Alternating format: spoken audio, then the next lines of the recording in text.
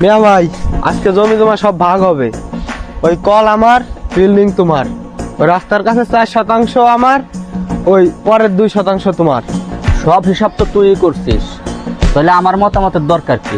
কালকে সূর্য ওঠার আগে সীমানা ধরে শিপ টানা হবে, যার যার জায়গা শেষে বুঝে নেবে। এই সমাজের দানায় পানায় কথা আমি শুনতে পারবো না। এই বিল্ডিং যেহেতু বাবার রেখে যাওয়া কালের, এই ছোট্ট বিল্ডিং এ 2 ফ্যামিলি আটবে না, অতএব এই বিল্ডিং ও ভাগাভাগি করা হবে। প্রয়োজনে এই বিল্ডিং এর ইট 2 ভাই ভাগাভাগি করে নেব। এই তুই কি করতে চাচ্ছিস? বাবার রেখে যা স্মৃতিটাও তুই ভেঙে তছনছ করে দিতে যাচ্ছিস। তুই কি মানুষ না জানোয়ার? প্রয়োজনে আমি তাই করব। আমি এই বাসা বাড়ি বিক্রি করে ঢাকা ফ্ল্যাট কিনবো। তুই আজকে এই কথা কইতে পারলি? বাবারে নিয়ে, বাবার স্মৃতিরে নিয়ে। বাবা তোরে অনেক শখ করে মানুষ করছে। তুই যখন জন্ম নিয়েছিস তখন আমার বয়স 10। তখন থেকেই আমি বাবার সাথে কামলা দিচ্ছি।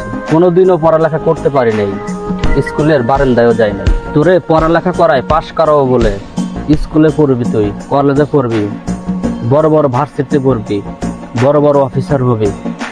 বাবা যখন অসুস্থ, বাবার চিকিৎসার টাকা দিয়ে তোরে পড়ালেখা করাইছি।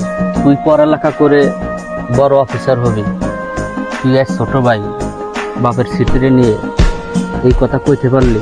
তুই বাপের বিল্ডিংটা ভাঙ্গে ঢাকা যে তুই ফ্ল্যাট কিনবি, গাড়ি কিনবি? না ভাই, আমি তোর কাছ থেকে এটা আশা করি নাই। তোর যেহেতু অর্থ সম্পদ এতই দরকার, তুই সব নিয়ে নে।